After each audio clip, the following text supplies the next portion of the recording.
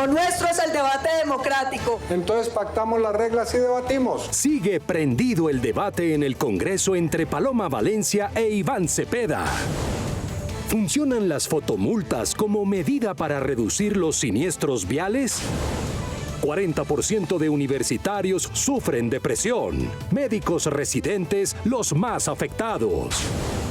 El feminicidio no prescribirá en Colombia. Se debaten alternativas para evitar el sacrificio de hipopótamos. En 1985, uno mató a un pescador en el Atlántico. Escuelas de fútbol, las mejores aliadas para que jóvenes se alejen de la violencia.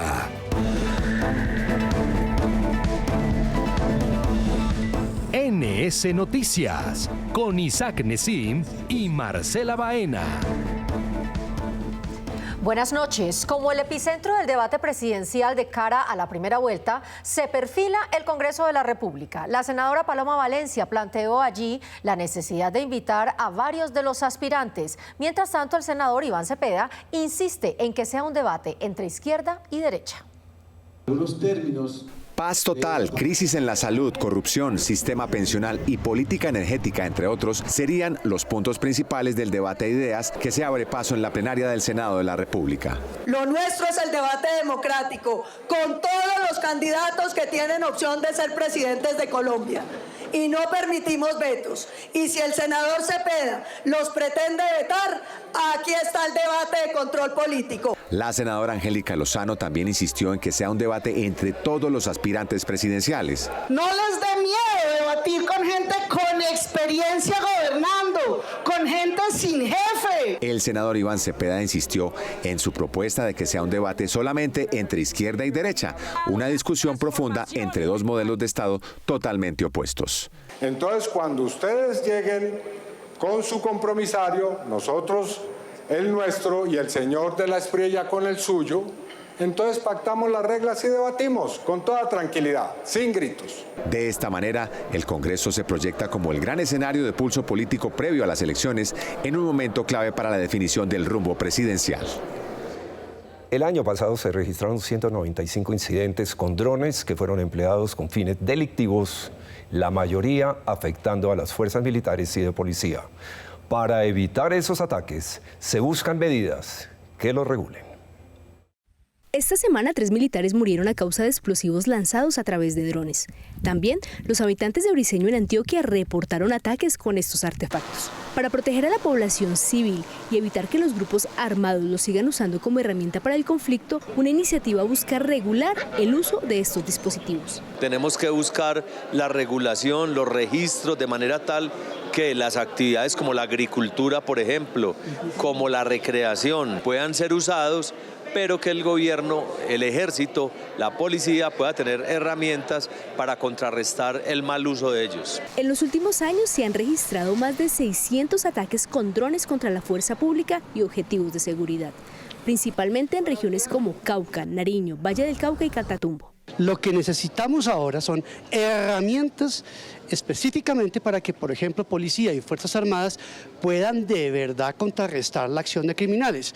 Por ejemplo, si yo estoy volando un dron de manera ilegal aquí ahora y la policía se acerca, en el Código Nacional de Policía no hay una herramienta específica que le permita confiscarme el dron. Utilizar estos dispositivos como mecanismo de protección para los colombianos es también lo que se plantea en el Congreso. Algunas aeronaves sin asegurar y otras aseguradas sin usarse, como los 16 drones de la Policía Nacional. En los próximos días esta iniciativa será estudiada en la Comisión Segunda del Senado.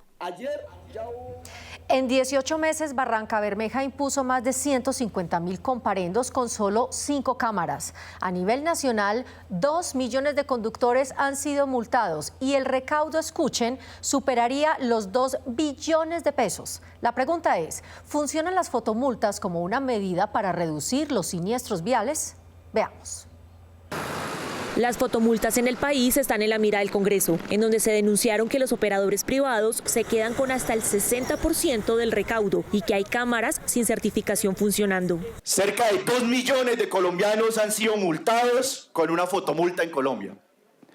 2 billones de pesos han facturado a costillas de los colombianos. Bogotá, Cali, Medellín y Barranquilla concentran la mayor cantidad de dispositivos. Cada cámara, ministra, usted que fue concejala, sabe que factura alrededor de, si mi memoria falla, más de 180 millones de pesos día. En zonas con cámaras de fotodetección se registra una reducción del 21% en siniestros viales. La fotodetección, la tecnología, el uso de la tecnología es fundamental para poder sancionar los comportamientos de riesgo a los infractores. Ante los interrogantes sobre el funcionamiento y la efectividad de las fotomultas, se tenía previsto un debate de control político en la Comisión Sexta, pero la directora de la Agencia Nacional de Seguridad Vial nunca llegó. Más de 6 meses le llevan tomando el pelo a un tema tan crucial como las fotomultas en Colombia. Se espera que el centro de esta polémica, el control del recaudo y la legalidad de las cámaras, se defina en plenaria del Senado.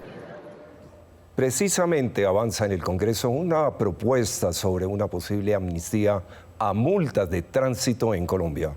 Con esto se busca aliviar el bolsillo de los conductores frente al acumulado de deudas más intereses. La iniciativa que cursa en la Comisión Sexta contempla descuentos en intereses y facilidades de pago.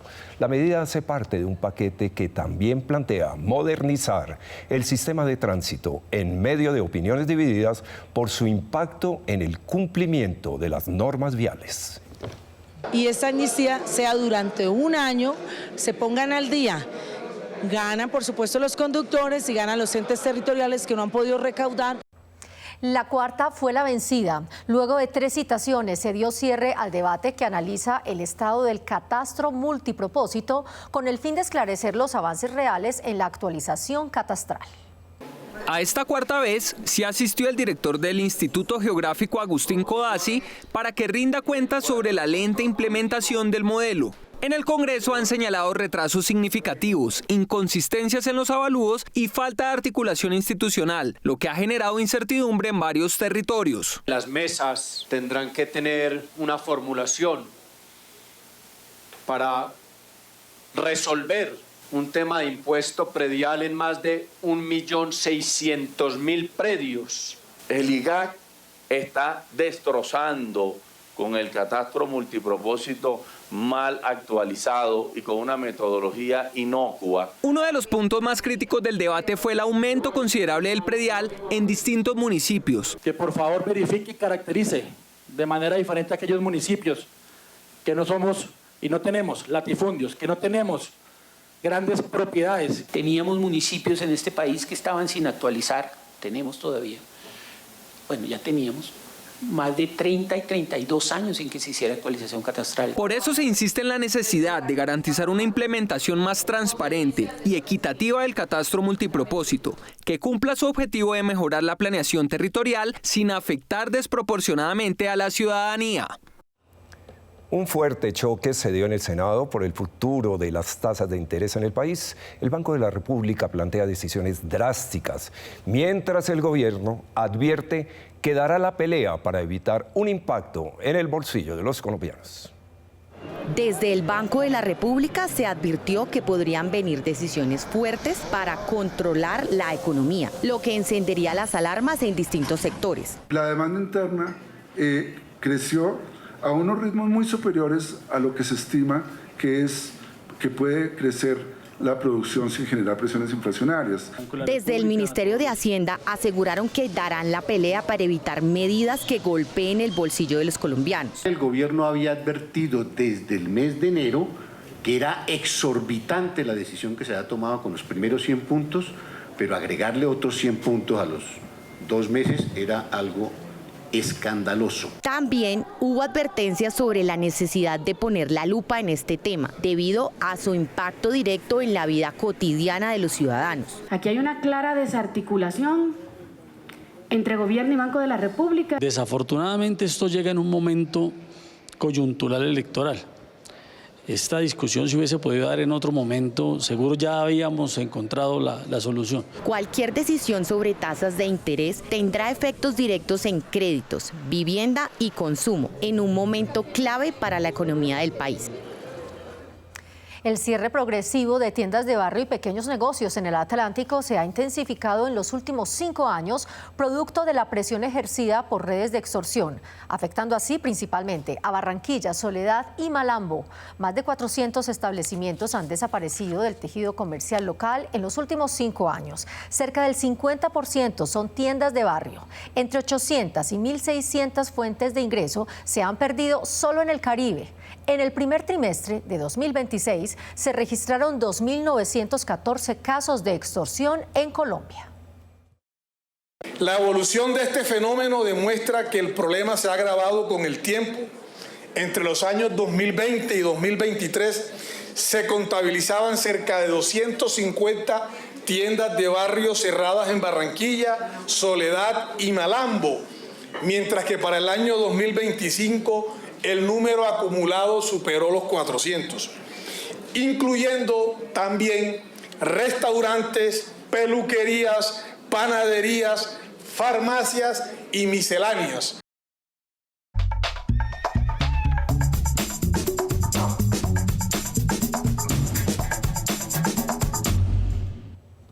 La controversia por el manejo de los hipopótamos en Colombia sigue generando debates en distintos sectores.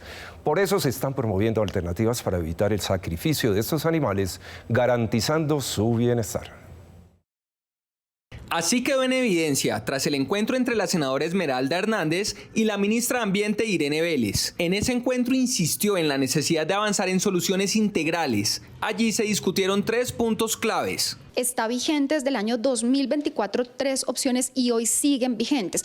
Eutanasia, todo el tema de control poblacional a través de esterilizaciones y el tema de traslocación o traslado. Primero se planteó buscar alianzas con centros especializados para priorizar la esterilización y la traslocación. Entre las opciones se evalúa el apoyo de un centro indio que aportaría asistencia técnica y recursos. En el escenario en el que se avance con eutanasia se va a priorizar la eutanasia química y no la física, es decir, no la de fusil sanitario o rifle, sino la eutanasia química, que incluye la captura del animal y la muerte del animal a través de una inyección. Finalmente se acordó avanzar en un plan de gestión social con comunidades del Magdalena Medio y organizaciones animalistas. El proceso abordará impactos ambientales y la responsabilidad histórica del país en la introducción de la especie. El primer caso de un ataque de hipopótamo a un pescador se registró en 1985 en el embalse del Guájaro, en el departamento del Atlántico. El animal se había escapado de la hacienda Veracruz, propiedad de la familia Ochoa. Esta es la historia. Fue en la mañana del 13 de agosto de hace 41 años. El pescador Rafael Villafañe salió con sus compañeros a pescar, oficio con el que se ganaban la vida. Pescaban en corral, una modalidad en la que varias canoas lanzaban atarrayas para obtener una buena faena. De pronto, en una atarraya se enredó lo que creían era una gran presa y resultó ser un hipopótamo. Villafañe iba en la proa de la canoa y a un golpe del animal cayó al agua. Las fuertes mandíbulas lo atraparon y le causaron la muerte. Aproximadamente eran las 11 del día cuando se encontraron en la faena con el hipopótamo. El pescador Rafael Villafañe Gil, quien pensó que era un animal más doméstico, intentaron agarrar el hipopótamo y le costó la vida. El animal se había escapado del zoológico de la hacienda Veracruz, que la familia Ochoa Vázquez tenía cerca al embalse, en el municipio de Repelón. Desafortunadamente, por la falta de conocimiento y la poca colaboración de las autoridades de ese tiempo, se perdió la vida de ese pescador. Los empleados de Veracruz intervinieron y neutralizaron al animal, pero la vida del pescador se perdió. De otra parte, la ley Ángel, que busca fortalecer la lucha contra el maltrato animal, cumplió 1 año de su sanción. Sin embargo, su ejecución no se ha dado según lo esperado. Por eso se dio un debate para exigir su implementación.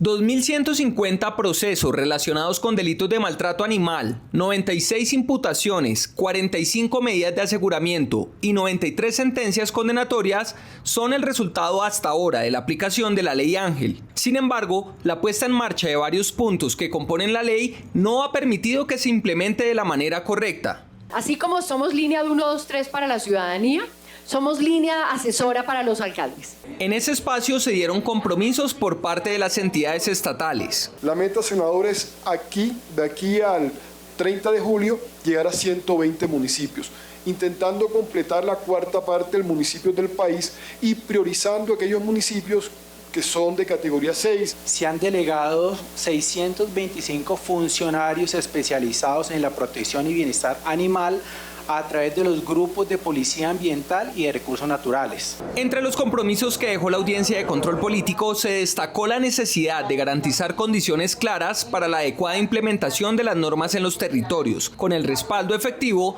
de las instituciones. Para mantenerte bien informado en tiempo real sobre las decisiones que te cobijan en la vida diaria, síguenos. Encuéntranos en todas las redes sociales. Hace un año fue aprobada una ley que prohíbe el matrimonio infantil. Para analizar los avances en su implementación fueron estudiados sus alcances y retos.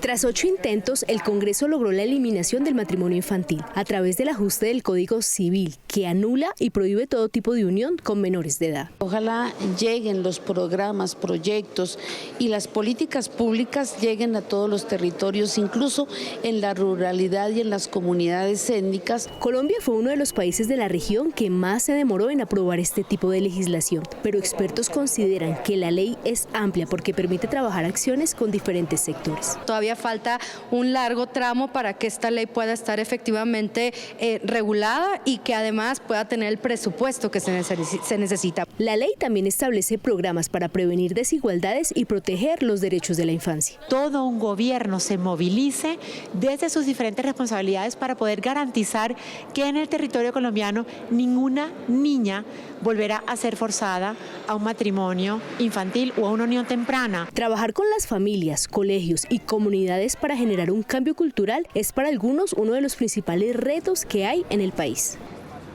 El estudio de la Alianza 4U encuestó a 1.200 estudiantes de 122 universidades. Vamos con cifras. El 40% tiene depresión moderada a severa y el 44% ansiedad. Los médicos residentes son parte de esta estadística. 1 de cada 8 estudiantes universitarios en Colombia ya ha intentado quitarse la vida. Así lo revela el Estudio Nacional de Salud Mental, liderado por Alianza 4U, tras una encuesta a 1.200 jóvenes en 23 departamentos. Nos encontramos frente a una generación que cada vez está más dispuesta a hablar en voz alta, a discutir de manera abierta problemas de salud mental. Entre los universitarios hay un grupo que enfrenta una presión extrema. Los más de 6.000 médicos residentes trabajan turnos de 32 horas seguidas, sin contrato laboral, sin prestaciones y con denuncias de maltrato sistemático. El hecho de que una de las principales causas de muerte en los residentes sea después del cáncer, el suicidio, pues es muy preocupante. Uno vive alrededor de muchas experiencias que lo orillan a pensar de que eso es una solución. Nosotros estamos actualmente regidos por unas 66 horas semanales, es decir, 6 turnos de 12 horas a la semana. La ley doctora Catalina busca reducir la carga semanal, establecer prestaciones sociales y crear canales de denuncia contra el acoso. Impedir vulneración de topes máximos, mejorar las condiciones laborales, prevenir maltrato y acoso con el propósito también de que haya una tranquilidad. Si usted o alguien que conoce necesita ayuda, la Línea Nacional de Atención en Salud Mental es el 192, opción 4, gratuita y disponible 24 horas. Quitarle la vida a una mujer en Colombia es un delito que no prescribirá. El responsable podrá ser juzgado y condenado en cualquier tiempo porque pronto entrará a regir la ley Nancy Mestre. Recordemos que la ley surge de la joven barranquillera asesinada en 1994 y cuyo homicida huyó a Brasil, donde fue capturado. Nancy Mestre, la adolescente asesinada en Barranquilla por un hombre que luego de quitarle la vida se cambió de identidad y huyó del país, es el origen de esta ley que, de ser aprobada, permitiría que los autores de estos delitos respondan así tengan 100 años de edad. En la medida en que tengamos más condenas, eso también sirve para desestimular el feminicidio, porque sabe que la justicia los va a encontrar tarde o temprano. La iniciativa fue presentada ante el Congreso en medio de un reconocimiento a Martín Mestre, quien durante más de 30 años hizo todo lo posible para que la muerte de su hija Nancy no quedara en la impunidad, y lo logró con la ayuda de la Interpol y la policía brasileña. Tengan claro los victimarios y los agresores de las mujeres que la persecución penal será permanente. Esa persistencia del señor Mestre inspiró a los autores de esta ley para que de ahora en adelante ningún crimen de esta naturaleza quede en la impunidad. Entonces vamos a elevar el feminicidio a delito de lesa humanidad. El proyecto, conocido como Ley Nancy Mestre, busca responder a una realidad contundente. En 2025, 621 mujeres fueron asesinadas, en un 68% por sus compañeros o excompañeros sentimentales. Solo el 33% de estos casos llegó a etapa de condena, mientras que un 67% sigue en investigación o juicio, lo que evidencia un patrón de violencia estructural. Esta ley lo que lleva precisamente es a garantizar que no haya impunidad. Con esta propuesta, el Congreso envía un mensaje contundente: el feminicidio no tendrá fecha de vencimiento en la justicia colombiana. Y es que en el último año se registraron más de 119 feminicidios y 46.000 casos de violencia intrafamiliar contra mujeres. Por eso se pretende reparar los vacíos en los procedimientos y la revictimización en las mujeres con la ley Ginette Bedoya. A un paso de convertirse en ley, el proyecto impulsado por la periodista Ginette Bedoya superó su tercer debate en el Senado. La norma hace obligatoria la capacitación en violencia de género para todos los servidores públicos. Si ese 25 de mayo del año 2000, el médico de medicina legal que me practicó el examen, luego de llegar casi muerta a un hospital de la policía y después de una violación masiva por parte de un grupo de paramilitares, hubiera estado formado en prevención de violencias basadas en género, seguramente mi situación sería diferente. El 35,4% de las víctimas de feminicidio fueron valoradas previamente por medicina legal. Esta sentencia que hoy nos convoca en este proyecto no es solamente una condena, es también un llamado a atención al Estado. El proyecto acata un mandato de la Corte Interamericana de Derechos Humanos que condenó al Estado colombiano en el caso de la periodista. El daño que me causaron no hay nada que lo pueda reparar. Ni todo el dinero del mundo, ni todas las cosas que se puedan hacer.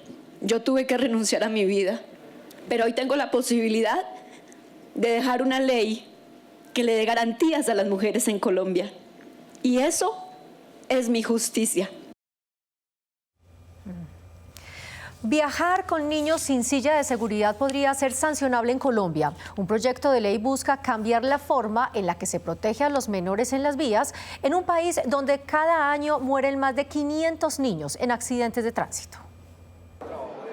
Esta iniciativa no solo obligaría al uso de sillas infantiles, sino que pone sobre la mesa una discusión incómoda. ¿Hasta dónde debe llegar el Estado en decisiones que hoy dependen de los padres? En un choque a 50 kilómetros por hora, un bebé, una niña o un niño pueden salir disparados con una fuerza de hasta 50 veces su peso. El proyecto establece multas para quienes incumplan la norma y refuerza la idea de que no se trata de una opción, sino de una obligación para salvar vidas. Hay todavía incertidumbre frente a 1 metro, 1,20, 1,30, pero son normas internacionales que en este país se tienen que empezar a cumplir.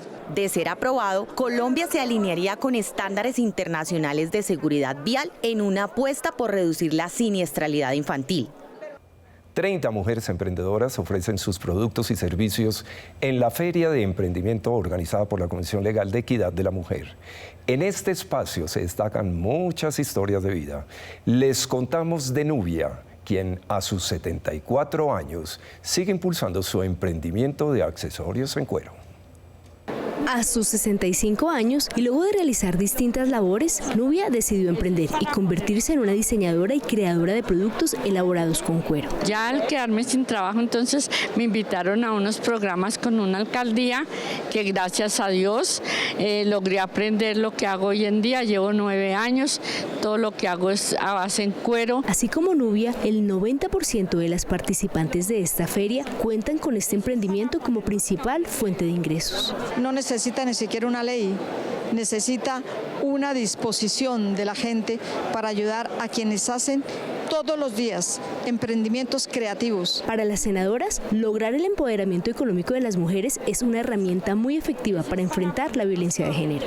A fortalecer a nuestras mujeres, a que las mujeres corten ese ciclo de violencia que muchas veces tienen en el hogar. Con este tipo de emprendimientos generan productividad para su economía en el hogar. Se destaca de esta feria que el 70% de las participantes son mujeres cabeza de hogar y en promedio cada emprendimiento beneficia a 3 personas de los núcleos familiares.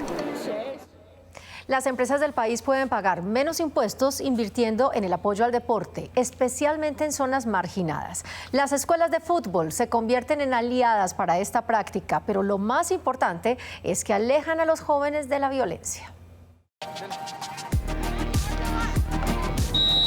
Aquí no hay camerinos ni marcador electrónico, solo un profesor, un balón gastado y cientos de niños y adolescentes entre los 5 y 16 años. Esto es una escuela de fútbol de barrio y en Colombia se estima que hay más de 4.300.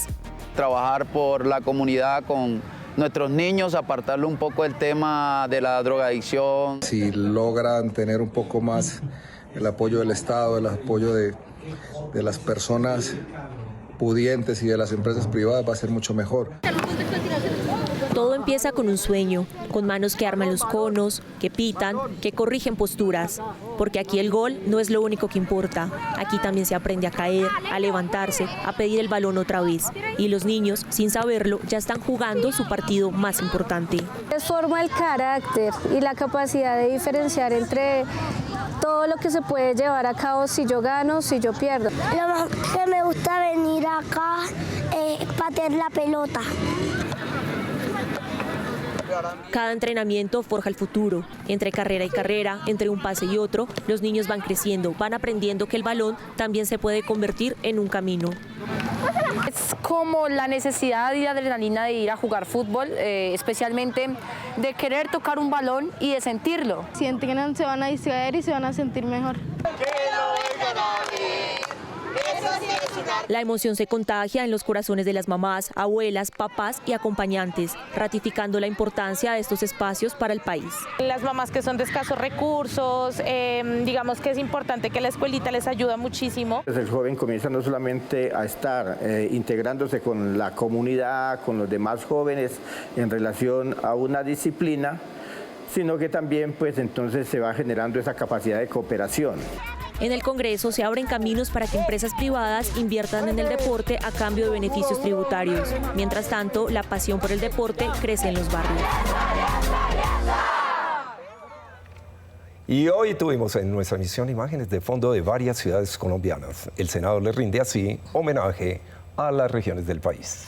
Y no olviden seguirnos en nuestras redes sociales como @NoticieroSenado y en YouTube como @NSNoticias. Pues le cuento, Marce, cada día sumando en redes con resultados muy favorables. ¿Cómo la ven? Nos alegra mucho. Con estos resultados los esperamos en la próxima emisión. Hasta entonces.